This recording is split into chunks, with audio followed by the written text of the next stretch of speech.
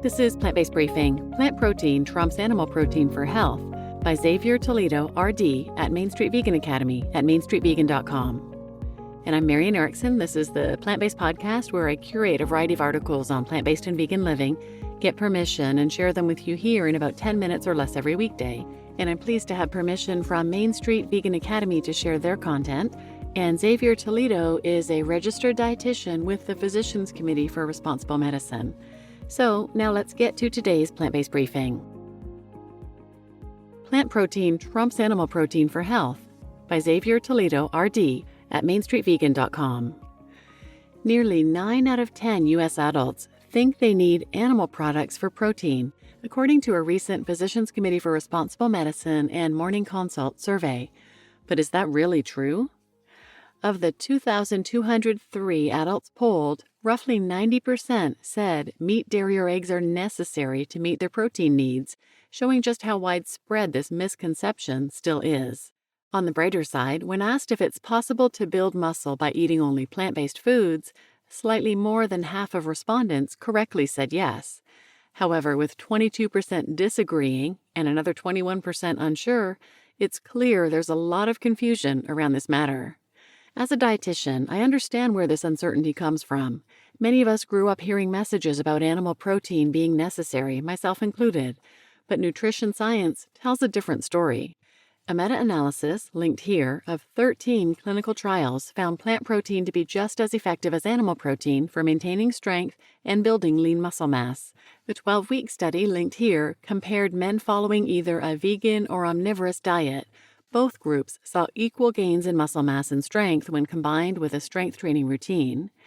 And a meta-analysis linked here, published in the Journal of the American Heart Association, found that replacing animal protein with plant protein significantly improves cholesterol levels, supporting heart health. How much protein do we actually need? There are many factors that influence an individual's protein requirements, including age, activity level, overall health status, and specific fitness goals. It's important to recognize these nuances, especially when navigating broad recommendations online. Generally speaking, the minimum amount an adult needs to support their body's functioning is 0.36 grams of protein per pound of body weight. For a 155-pound man and a 128-pound woman, that is 56 and 46 grams per day, respectively. For individuals who strength train regularly, the Academy of Nutrition and Dietetics and the American College of Sports Medicine suggest more protein, between 0.54 and 0.91 grams per pound of body weight. That's approximately 84 to 141 grams per day for a 155-pound adult, or 69 to 116 grams for a 128-pound adult. Getting sufficient protein becomes even more important as we age to maintain muscle mass and prevent frailty. Prioritizing protein intake can help, and plant-based sources offer an added benefit.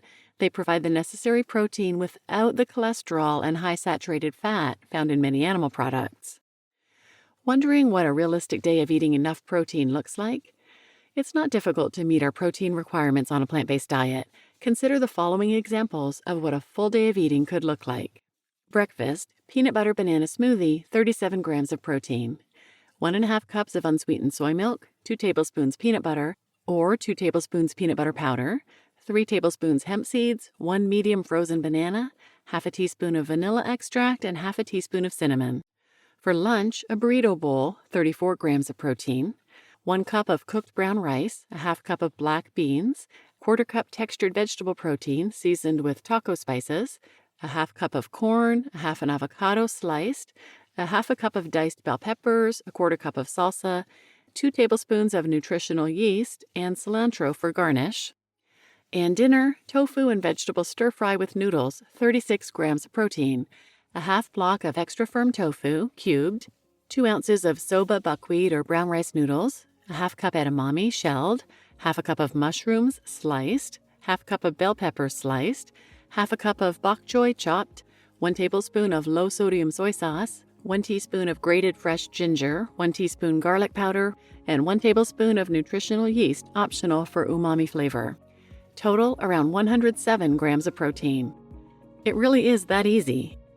The bottom line, enjoying enough protein on a plant-based diet is simpler than you might think. Choosing plant-based proteins is not only a smart choice for your long-term health, but can also be practical, accessible, and delicious.